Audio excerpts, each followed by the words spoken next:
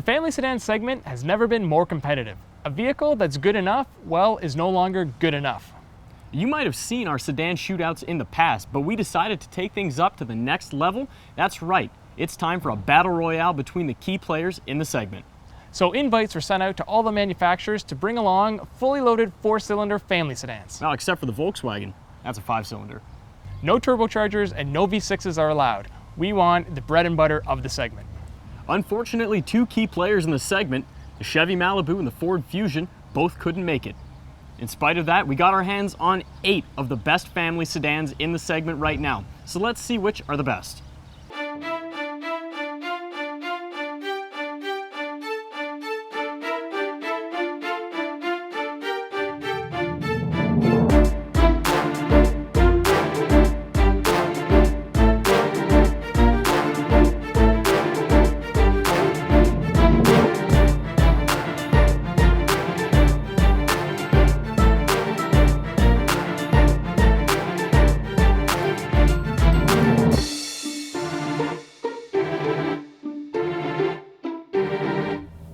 Coming in last place is the Kia Optima. It's incredible how quickly things change. Just 3 years ago, this was the fresh-faced, all-new vehicle in the segment, but now it's one of the older ones. It is still a really good-looking car, and we found only the Mazda6 beats it in terms of exterior style. It came equipped with the most features like a heated steering wheel, heated rear seats, a dual sunroof, and the second-best warranty. But at nearly $33,000, the Optima was the most expensive vehicle in the test. Add in the fact it got the worst observed fuel economy, and it starts to become less of a bargain that Kia is usually known for. With 200 horsepower, the Optima is the most powerful vehicle here, and it feels like it. But it is let down by its transmission and horrible steering.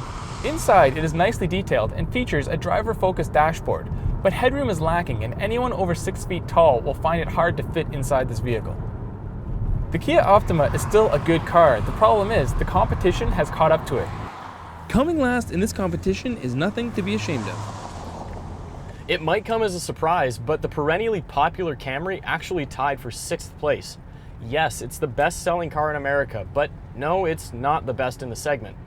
A jack of all trades, the Camry is predictable and easy to deal with. Middle-of-the-pack fuel economy and a complete inability to stand out within the segment really just dragged it down. Still, don't be surprised if handfuls of Americans crowd into Toyota dealers year after year after year to buy this thing. The automotive equivalent of Wonder Bread still has its merits, and with a 2.5-liter 4-cylinder that makes 178 horsepower and 170 foot-pounds of torque, it really isn't all that bad either. Tying the Camry for 6th place is the Subaru Legacy. It is the no-nonsense pleated khakis of the midsize sedan segment. Lacking any sort of style inside or out, the Legacy's mission is to get you from point A to point B, even if we're in the middle of the zombie apocalypse. Fitting then is the fact that Subaru gave us a mid-trim level instead of a fully loaded vehicle like all the other entries here. Lacking in this Legacy are things like navigation, touchscreen, sunroof, leather, or a heated steering wheel. But the Legacy does have trunk struts, and it is the only vehicle here to offer those. See, it's practical. It is also one of the more entertaining vehicles to drive thanks to nicely weighted steering and even 50-50 side-to-side weight distribution and responsive throttle. The 173 horsepower engine is not refined, and this only gets emphasized by the CVT. But the Subaru's real ace up its sleeve is, as usual, all-wheel drive. No other vehicle tested here offers it at any trim level, whereas Subaru gives it to you standard. This may not seem important to those in Miami or Los Angeles, but ask someone in Minneapolis or Boulder, Colorado, and they may choose this vehicle on that feature alone. And despite having the friction and weight penalty of all-wheel drive, the Legacy still finished mid-pack in observed fuel economy. Just like its Kia cousin, the Hyundai Sonata was turning heads only a few years ago. The Korean brand had a few aces up its sleeve with generous tech features and styling that turned heads. Fast forward a few years down the line and it finds itself in 5th place among this comparison. Still, it has some advantages. It's got the most trunk space of any of the cars that we're comparing here today, and it also has the same 2.4-liter 4-cylinder shared with the Optima. Mind you, it's tuned for slightly less horsepower with 198, but that's only a hair down on output. Unfortunately, it suffers from some of the same issues. The steering feel really isn't all that great, and the transmission also equally is not particularly impressive. In the same token though, For under 30 grand, you get generous features like heated rear seats and dual sunroofs and a stylish cabin. And for that price, really, what more do you want? Coming in a solid 4th place finish is the Nissan Altima. It is the old school luxury cruiser of the group. It looks and feels more upscale and premium than it is, and in fact, we kept calling it the Maxima by mistake, a testament to just how closely this vehicle mimics its bigger brother. The front soft leather seats are comfortable for most, but some like me find there's too much lumbar built into them. The interior uses high quality materials and the controls are well laid out and easy to use. The Altima really is the highway cruiser of the group as it just wafts down the road. For all that is great about the Altima, there are some issues under the hood.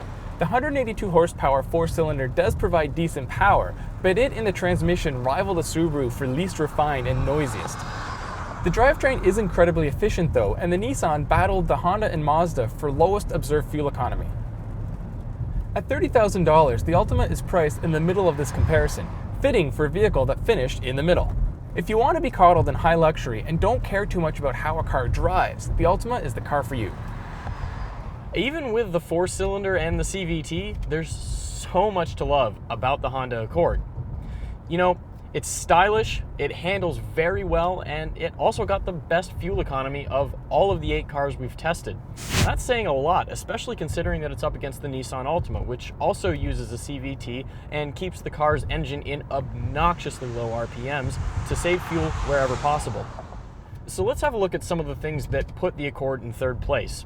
You get an industry-exclusive lane watch camera, and if you ask me, that should be included on every car that has an LCD. It's just a no-brainer safety feature.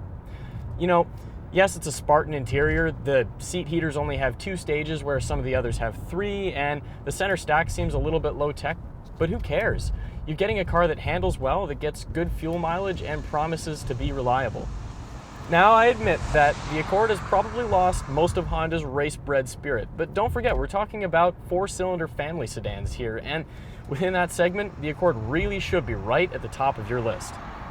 In a surprise 2nd place finish comes the Volkswagen Passat.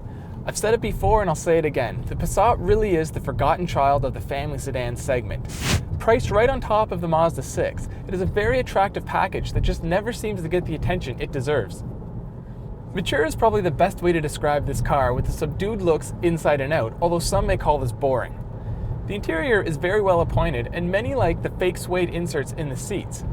Like the Subaru, the boxy shape leads to great sightlines, but unlike the Subaru, this also has a massive trunk.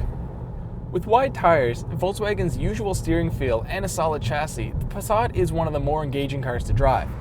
With only 170 horsepower, the 5-cylinder engine makes no more power than all of its 4-cylinder competitors, but get on the gas and it makes a growl that only a 5-banger can make.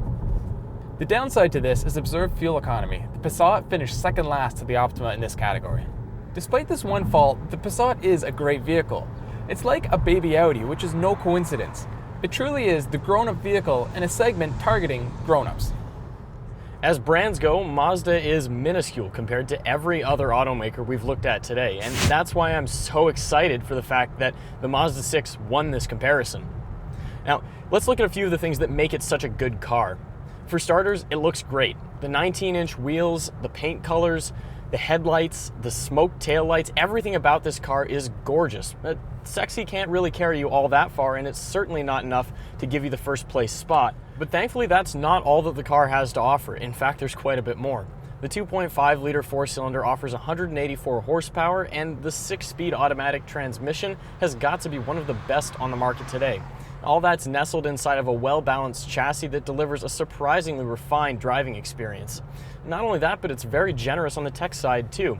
You know, some of the features you get include heated seats, Bluetooth, blind spot monitoring, but that's nothing new compared to the other cars. What is new, on the other hand, is the fact that this car has adaptive cruise control, and that's the only one out of all of the vehicles we've tested to have that feature.